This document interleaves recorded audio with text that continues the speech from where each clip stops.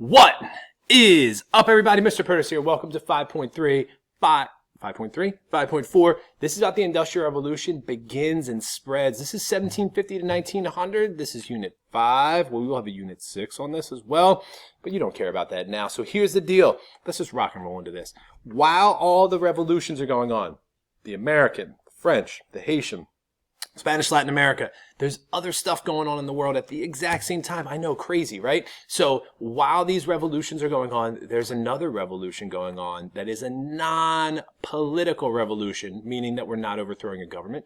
I don't know why I'm shaking this pen. That we got something else going on, and it's called the Industrial Revolution. And this is probably, if not the single most important thing that's happened in human history, it is the second, and I might argue it's the first.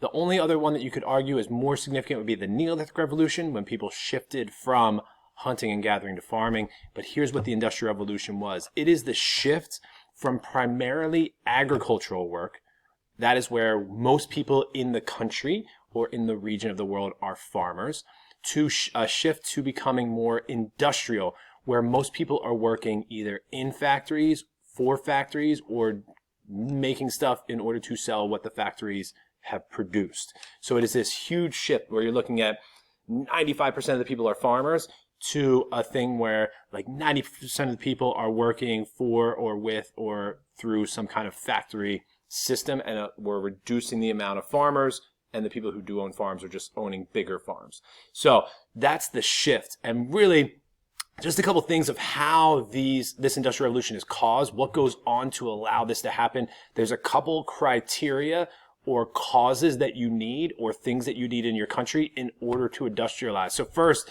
I just want to point out that it's going to start in Great Britain. Great Britain is the first country to industrialize, which is going to put them at a huge advantage for the rest of this time period and an enormous advantage in the start of the next time period. So because Britain is going to start this Industrial Revolution, because they have certain things that we'll get to in a second, they are able to do it. But before we do that, I do just want to point out, we interchange these terms a lot. And if you don't know this, just a quick little thing, the area known as Great Britain is really three different areas. It's Scotland, it's England, and it's Wales. We often refer to Great Britain as England as well because most of the power within Great Britain is in England. So England holds a lot of London is the center of this area. So this is England. This is Great Britain. Sometimes we also refer to this area as the United Kingdom. I don't really do that much for AP World, but if you hear that, that just throws in Northern Ireland in here as well. So this Northern Ireland, which is controlled by Great Britain, is entirely called the United Kingdom. And then if you want to throw in the Republic of Ireland, which today is its own independent country and entity, this whole thing would be referred to as the British Isles. But you don't refer to the Republic of Ireland, its own country, as part of the United Kingdom. They are independent. Got it? So there will be no test or quiz on that. Just a little side note. So here's the deal. So why does it start in Great Britain? Great Britain has three things. And the first thing is they have amazing geographic features to allow for industrialization. Number one, they are near the Atlantic Ocean, and they have great ports. And if you don't know this, if you're producing things in your country, you need a market or people to buy your products. And while Great Britain itself has access to a lot of people to buy stuff, it does not have enough people to produce enough to encourage the continued growth of factories. So because they're located in the Atlantic Ocean, they are able to ship goods out and bring things in. Also, they have access to a lot of natural resources. This is one of the main keys of the geography for industrialization. They have access to coal, they have access to iron, and they have access to timber. You need timber to build factories out of wood. You need coal originally to power the factories. And as we get more into the Industrial Revolution, you need iron to build big machinery that's going to be produced by these factories and is going to help your country industrialize, whether it's build big buildings or build bridges that you can cross over rivers and whatnot. They also have a lot of rivers and canals. This chart here shows all the rivers and canals that are located in Britain. This allows the easy transportation of goods. Also, they have a lot of access to foreign resources. They are connected because of the previous time period and because of European exploration.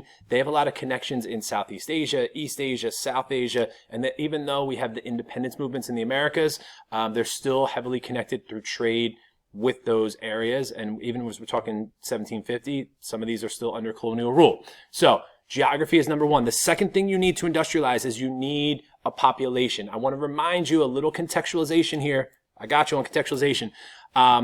In the previous time period, we had all these new foods come from the Americas to Europe. Specifically, I mentioned repeatedly the potato is a huge one. And as a result of this potato and all these new crops, we see an increase in population in Europe, specifically in Britain. Now, you need a lot of people because if the population had been going down at this point, you wouldn't have enough people who could leave and sell their farms and go to a city and work in factories. But because the population is so large, we have the ability to industrialize.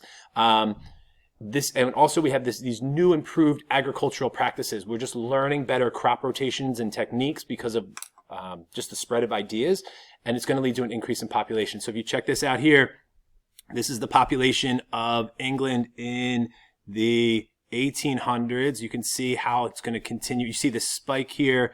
I'm sorry. Yep, spike right here, and it's going up by 2000. You can see this tremendous increase as we go here with the Columbian Exchange. This is our Columbian Exchange peak right here. Sorry, I'm having trouble seeing it because it's not big enough for me. Whatever. So that's population change. Number three, accumulation of capital, money. You need money to invest in these factories, to build these factories, to originally pay workers, to pay for the building of all this material. The British have accumulated a significant amount of wealth from their overseas colonies because of the mercantilist practices. Even though it was loosely controlled mercantilism, a lot of money is shifting into Britain from these overseas colonies. Therefore, they have money, and merchants have money, and wealthy people have money to invest their money into the building and production of these factories. And it is important. Also, there's what's called the protection of private property in England. Unlike other places, the government can't just take your property away and claim it as their own. So because you have this protection of private property, it allows people to build factories on certain land. It also allows people to sell land and accumulate land in order to increase their wealth, knowing that the government won't take it away. So part of this life, liberty, property concept comes up here with the accumulation of capital. So three things, just a quick refresher: geography, specifically natural resources, increase in population, and money. Those are the three things that allow countries to industrialize. There are going to be two industrial revolutions, and as we go forward in the next couple of videos, in the next week or so, maybe a week and a half in class, we'll go through some specifics of these, but I do just want to make sure you're aware that there are two phases of the Industrial Revolution.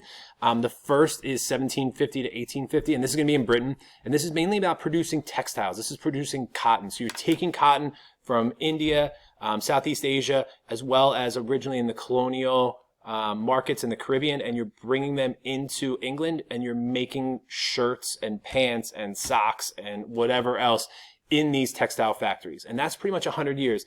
Then it shifts around 1850, and we see this in most of Western Europe for the Second Industrial Revolution, as well as the United States, where these factories aren't just producing textiles anymore, we're producing heavy industry. And by heavy industry, I mean things that are like, you know, people have masks on and they're welding stuff and like that, like pouring like melted metal liquids into casts and like cast iron stuff. And that's heavy industry.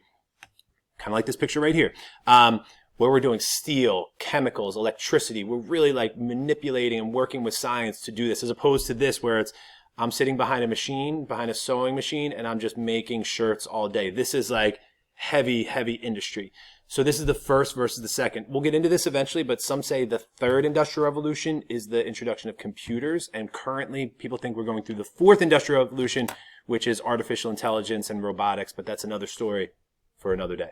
Last but not least, we do see the spread of this industrial revolution. It really, like I said, it's really located primarily in Great Britain through the mid-1800s, and then slowly, as you would imagine ideas do, it's going to spread through France and into what's eventually going to become known as Germany. If you remember, Germany unified around 1860 from city-states, and it's going to slowly spread this way through the 1880s. So we're getting the spread of the Industrial Revolution. It's also going to spread this way across the Atlantic Ocean into Canada and the United States, who have a little bit of industry already in place from the previous time period. It's not going to spread well into Latin America because they were very strictly ruled under mercantilism and don't have that industry from the colonial period. So that's what I got. That's a quick overview. So we got what the Industrial Revolution is, what the causes are, what the first versus second are, and how the Industrial Revolution spread. And that's kind of our key. We're going to get into more in Unit 6 on how it spreads to Asia and how countries in South and East Asia attempt to industrialize. But that's another story for another day. As always, you got any questions, write it down. Let me know.